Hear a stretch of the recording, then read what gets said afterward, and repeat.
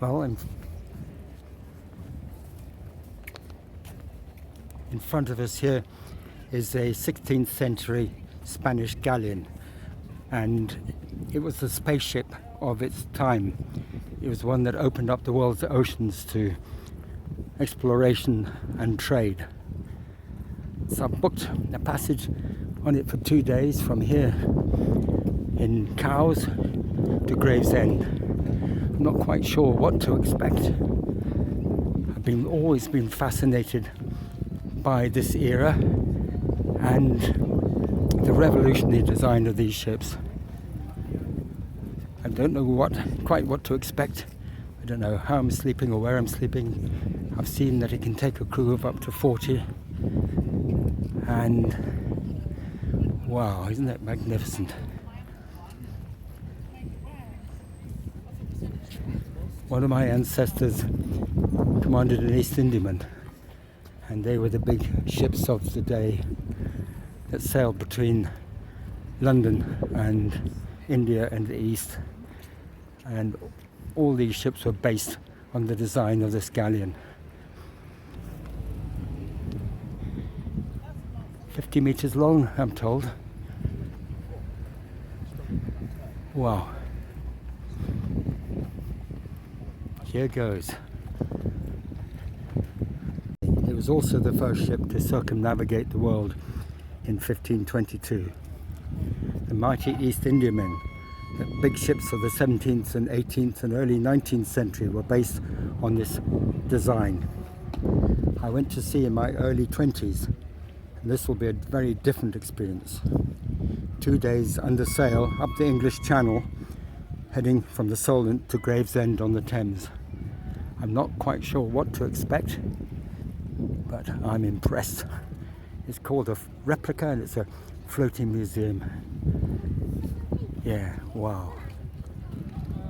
I was told to get here early to look around, so this is probably it. So it appears that because I've got a ticket, I can just jump the queue and come on up here.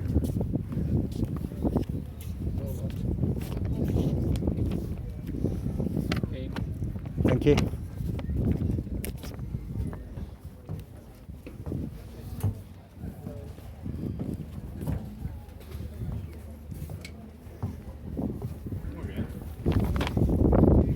Hi. I'm a passenger.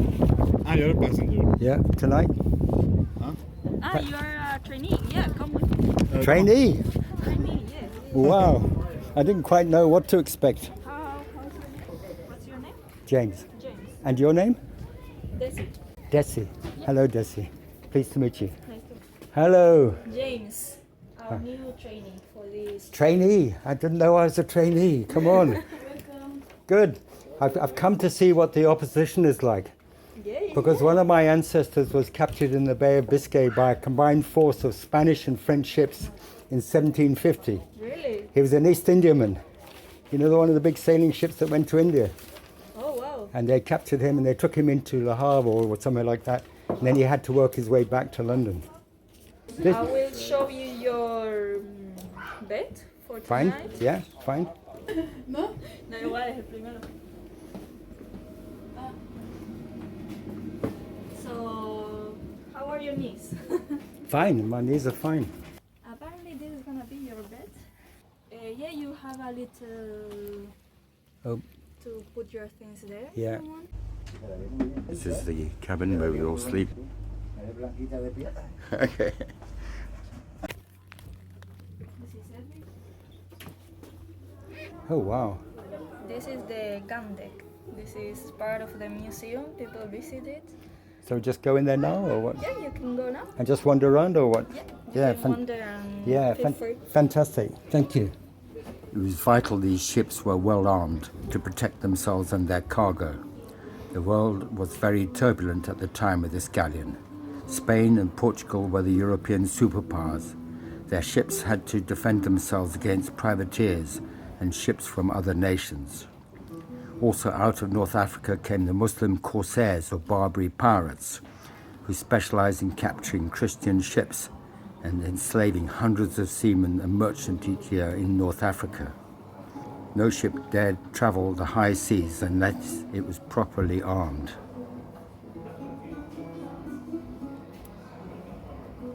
So night fell and the only activity on board was that of the watchmen. The officials withdrew to their chambers and the rest of the crew slept in hammocks, but they hung on the artillery deck. The officials on call revised the ship and made sure that the crew were at their posts. The cabin boy lit the light in the binnacle and turned off the fire in the oven. Silence flooded the ship, broken only by the prayer of the cabin boy on each turn of the sand timer. But the sailors responded in order to show that they were not asleep. I'm now heading my way up.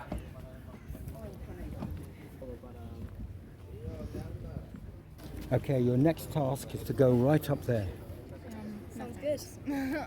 How would you get up there? Walk along the middle, I think, wouldn't you? Yeah. And you've got ropes either side. A second, there's equal opportunity these days. Don't you know that? Yeah. Eh? So you women can do it. There's no men of the ship at all. Come on. I would love to go up there actually. I'll probably slip. Yeah, I'd probably say Yeah, I know, that's the negative coming in. You wouldn't slip. You're just as capable as anyone else, if not more capable. Yeah. But what a cool sight, eh?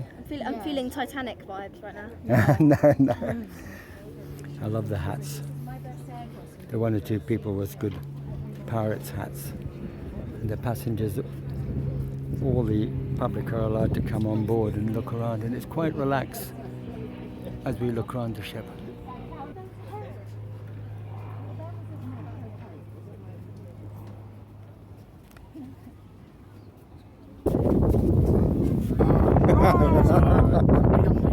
You guys are from the Philippines? Yeah. So why did you come to see the ship? Because it's like, I think the Spanish history is part of our culture. Yeah. Yeah. And have you ever seen a ship like this before? No. In movies. In movies? Yeah. It's It was the design of this three-masted ship that revolutionized sea travel. The ship has 7 sails, 4 of them square and 1 lateen. It was the lateen sail, a 3-cornered sail, that gave the European sailing ships a significant advantage on the high seas. This is the aft end of the ship. You can see where the lateen sail is there, and that will be fascinating. The lateen was critical for ocean-going sailing ships. It allowed the ships to take the wind on either sides and thereby tack against the wind. Red dust flying at the top, the merchant navy flag. With the departure of the last passengers, the cook prepares the meal. And there's some absolutely wonderful odours coming out of the place.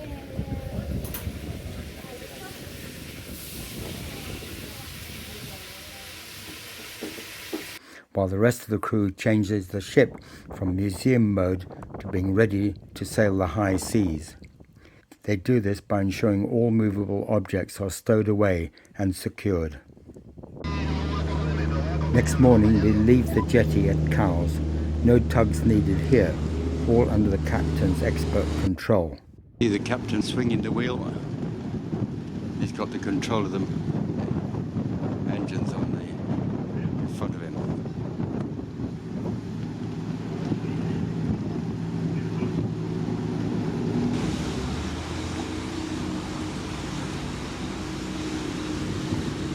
It was all very skillfully done. The crew of 20 is made up mostly of volunteers who provide the extra hands around the full-time professional team of the captain and his officers and an engineer.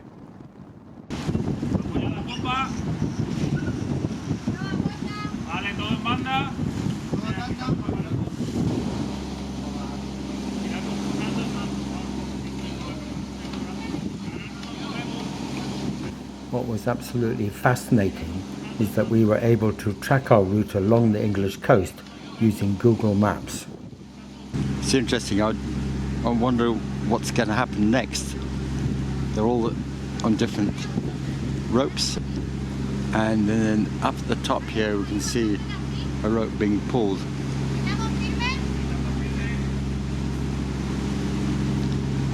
So now loosening off all the ropes.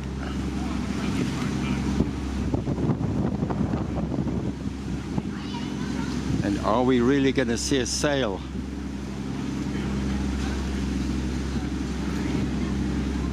I'm quite excited by all of this.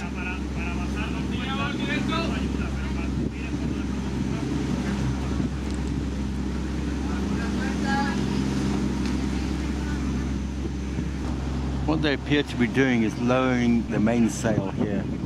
It's gradually coming down lower and lower. Goodness me, it's quite low down, isn't it? How far will they bring it? Is this where they unfurl the sails? We have to remind ourselves that when this ocean-going vessel was created, geographic knowledge of the world was based on the work of a geographer called Ptolemy, who lived in the 2nd century. He was an Egyptian astronomer, mathematician, and geographer of Greek descent who flourished in Alexandria. Ptolemy's model of the universe placed the Earth in the center, with the sun, moon, and planets revolving around it. Ptolemy also devised 2 ways of drawing a grid of lines on a flat map, representing the circle of longitude and latitude on the globe. After his death, Arab scholars continued his work.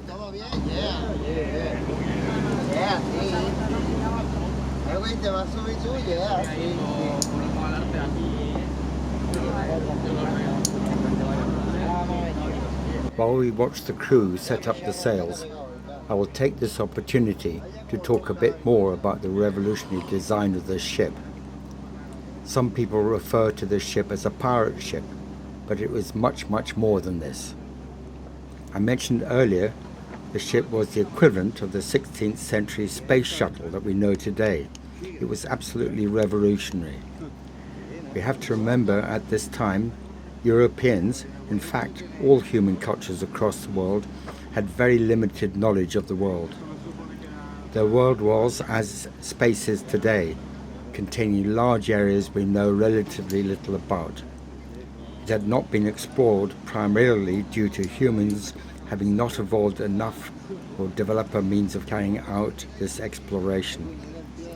But this was all to change in the 15th century due to one man. Ladies just told me I was very lucky. We're very lucky to see the sails going up. Not that everyone who travels on the ship is able to see this. The wind's in the right direction, I suppose.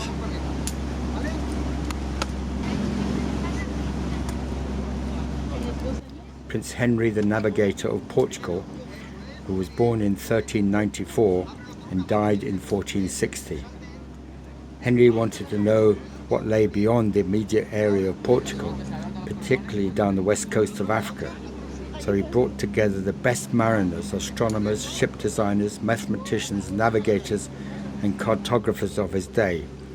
His scholars included Jews, Muslims, as well as Christians. Together they developed 2 areas that allowed for open sea or deep sea travel. First was navigation. They developed methods using and adapting tools from other cultures, primarily the compass, the hourglass, the quadrant, and the astrolabe. The quadrant was used to measure angles as to determine the ship's longitude and latitude. The astrolabe calculated its position using the stars. Secondly was the ship itself, a ship that could sail and return on the high seas. This ship used triangular sails or lateen sails as well as the normal square sails. The major breakthrough was the lateen or triangular sail that allowed the ship to tack towards the wind. This Spanish galleon has a lateen sail. The principles behind this design were used throughout the whole period of sailing ships, until sailing ships gave way to steamships in the 19th century. It was so revolutionary. So we can say Prince Henry the Navigator of Portugal's actions sparked Europe's age of exploration, which connected the world's peoples through trade and exploration and led to the modern world we live in today.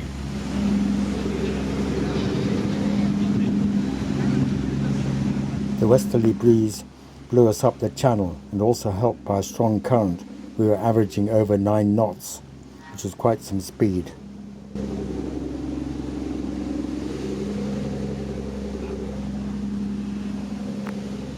While we travel up the English Channel, I want to talk about the importance of this galleon and all the other vessels it represents.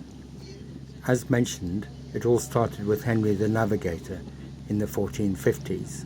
50 years later, America was discovered. So that was 530 years ago. 3 years after that, 1495, a route to India and the spices were discovered by Vasco da Gama. And then Ferdinand Magellan sailed around the world in the 1520s. As with everything, designs evolve, and this galleon represents a higher load capacity. The galleon Andalusia is a ship that faithfully replicates these early ships. It was an armed trading vessel which could carry up to 150 people, made up of its officers, crew, as well as soldiers and merchants. There would have been live animals such as pigs and chickens on board for fresh food, certainly at the early part of the voyage, after which the food would have been salted meat, dried fish and biscuits. Each person had the equivalent of 1.5 metres square or 4-foot square space to live in. It would have been very crowded with absolutely no privacy, certainly no luxuries such as washing facilities. It would have been very, very smelly, also different to today's luxury liners. Australia was discovered in 1606, 200 years roughly after America, and another 40 years New Zealand. The last piece of landmass that was discovered was as late as 1913 off the coast of Siberia, a period of almost 400 years charting the Earth. And that's why I refer to this as a kind of spaceship, our equivalent of today.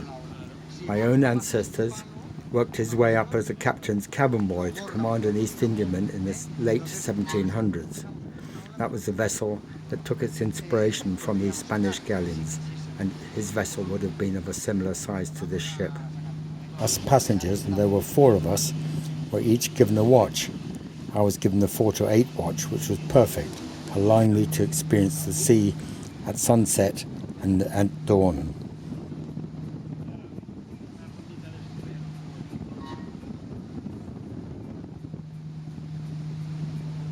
It was also really enjoyable looking at the English coastline as we sailed east up the channel. We often talk about the White Cliffs of Dover. There were other white cliffs than just Dover.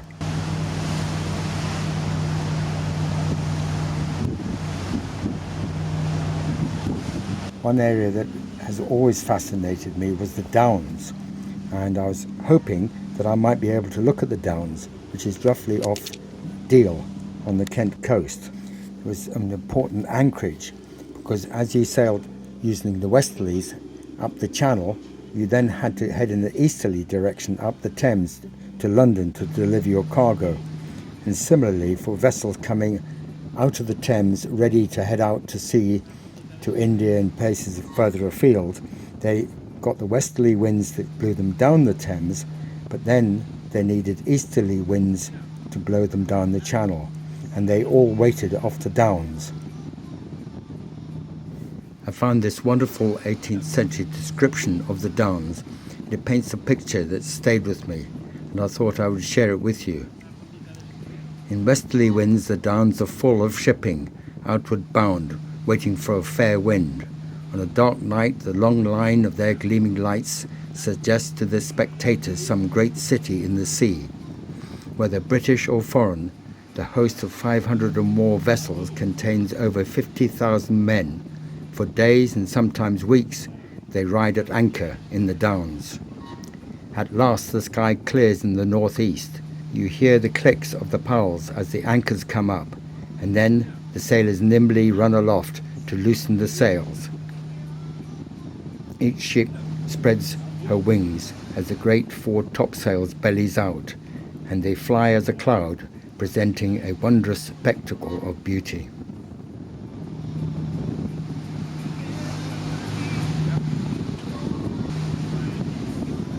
Darkness soon enveloped the vessel.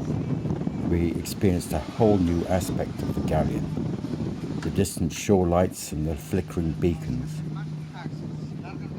At 8 p.m, the change of watch, with the watchkeepers exchanging information. Hemos estado navegando 4 horas a una velocidad media de 6 nudos. Hemos recorrido al rumbo 080 7 millas. Then followed supper. Supper has been served, eaten, and off to bed.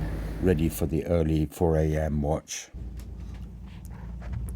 It's 3:10 and the ship's rocking away quite gently, and there's a bit of a swell outside. They're going to wake me up at 3:30 anyway, so I'll just get up and prepare myself and go out and have a look where we are. Fascinated to see if we're on the downs. Well, this is the only bit of light that's on the ship at 3:30 in the morning, and as we swing around you can see where the navigation wheel is. It's in complete darkness, and we'll head up there shortly. Oh yeah, there's a hatch cover. You can just see to the left here that it's got some light, otherwise it's pitch black. And only stars overhead, not that this camera can show us that.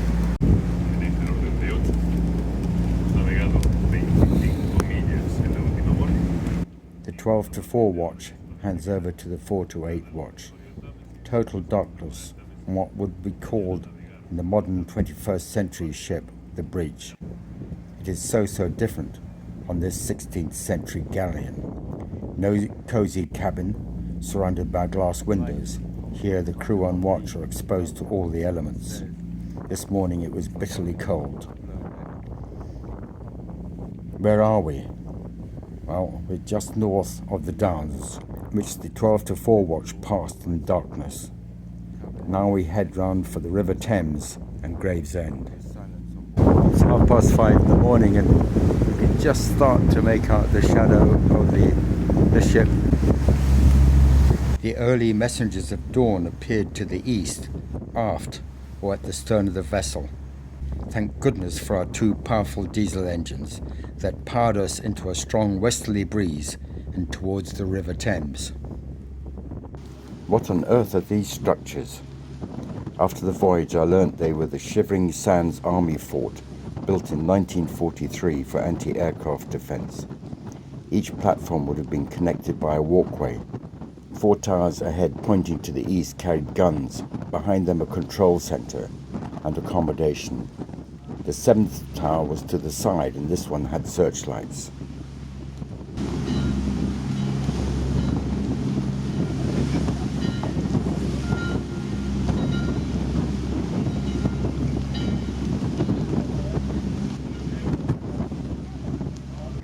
We must be quite a sight, a 16th century galleon, over 100 years since the age of sail. Unsurprisingly, everybody is looking at us. One of the crew told me how the galleon was being passed at night by a large cruise liner. It was pitch black when all of a sudden the galleon was lit up by the cruise liner's searchlights to give their passengers a rare sighting of a ghost ship. Preparing all the boys to come alongside in Gravesend, meant to be getting there about 12 o'clock.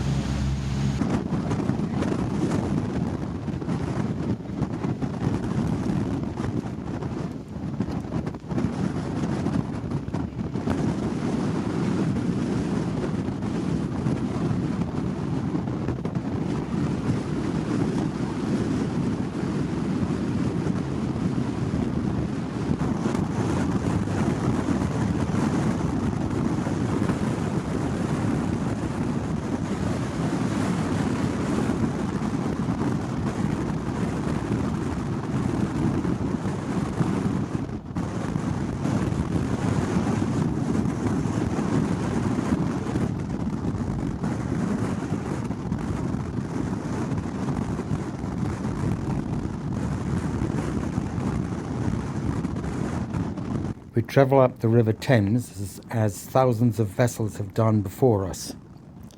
I think of my ancestor who sailed his last trip here in the 1790s, over 300 years ago, in his East Indiaman, carrying goods from the East, China and India. How things have changed. At Gravesend, he would have had his vessel lightened before he could travel upstream to the heart of London.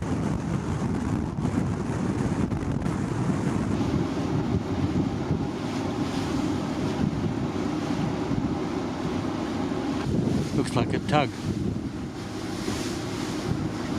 Maybe standing by just in case.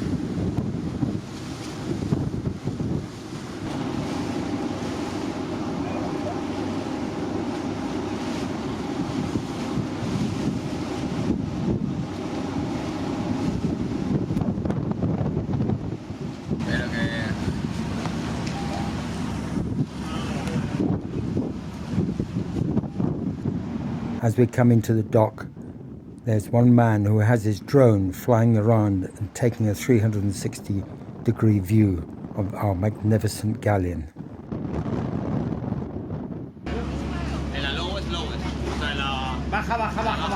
Smiles for a job well done. Spanish seamanship at its very best that would have made their ancestors very proud. Our last meal on board and then our goodbyes. We've had 2 wonderful days, an experience that lived up to, in every way, to our expectations. Thank you, Captain, and all your wonderful crew for a very special voyage.